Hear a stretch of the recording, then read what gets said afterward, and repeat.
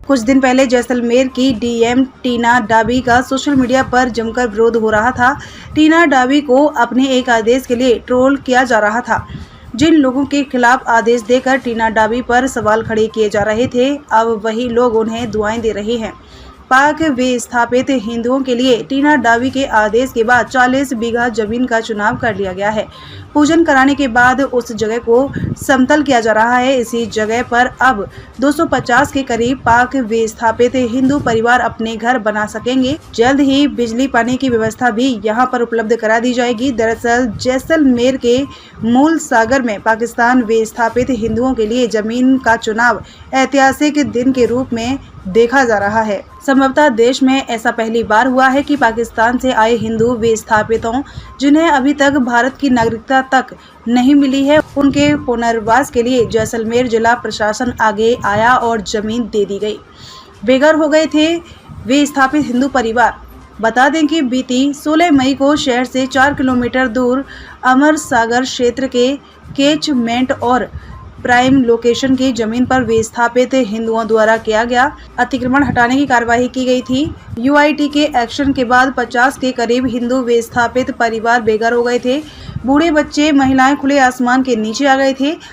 AIS टीना डाबी के आदेश का हुआ था विरोध। जैसलमेर कलेक्टर आईएएस टीना डाबी के आदेश का हुआ था विरोध। जैसलमेर कलेक्टर आईएएस टीना डाबी के आदेश पर की गई कार्यवाही को लेकर जमकर विरोध किया गया था। वहीं विस्थापित हिंदू परिवारों ने भी टीना डाबी से उनके पुनर्वास की गुहार लगाई थी और रहने की जगह की मांग की थी।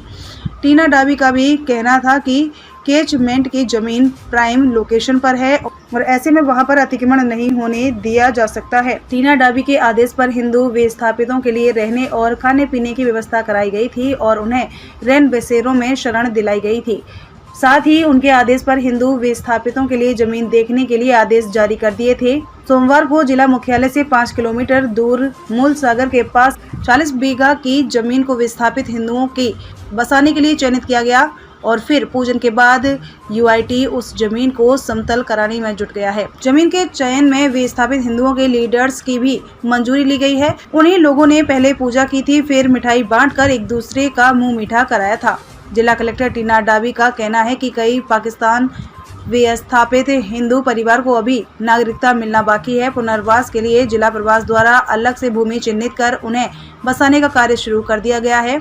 आने वाले दिनों में देश के कई जिलों और राज्यों में जैसलमेर मॉडल को अडॉप्ट किया जा सकता है। डीएम के अनुसार अभी तक नागरिकता मिलने वाले पाकिस्तानी विस्थापितों को उनका आवेदन लेकर बसाने की गाइडलाइन बनी हुई है, लेकिन जिन्हें अभी तक नागरिकता नहीं मिली है, अभी तक उनके पास भारतीयता का कोई आईडी प्रूफ नहीं है और वे लॉन्ग टर्म वीजा पर निवास कर रहे हैं। ऐसे पाक विस्थापितों को बसाने के लिए राज्य सरकार से मार्गदर्शन मिलने के बाद उन्हें अलग से बसाने के लिए भूमि चिन्हित की गई है। साथ ही उन्होंने कहा कि मूल सागर की जमीन पर मूलभूत सुविधाएं जुटाई जा रही हैं। यहाँ पर करीब 250 पाक विस्थापित परिवार निवास कर सकेंगे। इस प्रकार की करीब 90 मीटर का एरिया हर विस्थापित के लिए चिन्हित किया जा रहा है। इसके अलावा आने वाले नए विस्थापितों के लिए भी जरूरत पड़ने पर अतिरिक्त भूमि भी इस खसरे के पास में सुरक्षित रखी जाएगी। जैसलमेर पाकिस्तान से आए हिंदुओं को मिलेगी 40 बीघा जमीन। आईएएस टीना डाबी का पूरा हुआ एक्शन प्लान। डीएम डाबी के मुताबिक यहाँ पास में पहले से ही विस्थापितों की बस्ती है। वहाँ पर बिजली पानी की व्यवस्था पहले से ही मौजूद है।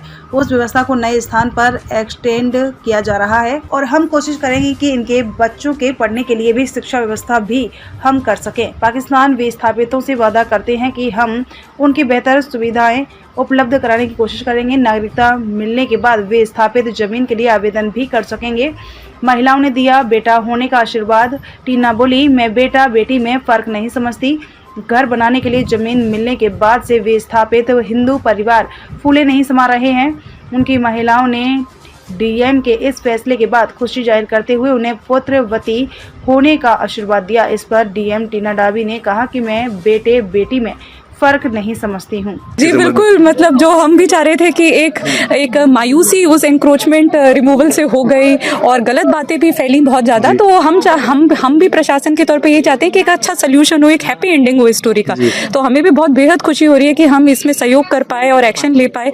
और जैसे मैंने बताया कि सीमांत लोक संगठन हमेशा हमें गाइड और एडवाइस करने के लिए स्टेप पे साथ में रहा, तो हमें उनके काफ़ी सजेशंस भी अच्छे मिलते रहे, तो हमने इनकॉर्पोरेट करे और अब सब इतने खुश हैं और हमें खुद अच्छा लग रहा है कि चलो जैसलमेर पहला हुआ जिसमें एंक्रोचमेंट तो हुआ, हटा, और उसके बाद हमने एक बहुत प्रॉपर परमानेंट सोल्यूशन भी दिया, जो आगे और भी डिस्ट्रिक्ट्स में और राज्य में जहाँ पे ये प्रॉब्लम्स ऐसी सिमिलर हैं वहाँ पे भी इसका सोल्यूशन, जैसलमेर मॉडल भी पहुंचे आगे तक। हमारी तो यही आशा है। Thank you so much. Thank you. Balotra से संवाददाता ओम प्रकाश गहलोत की रिपोर्ट।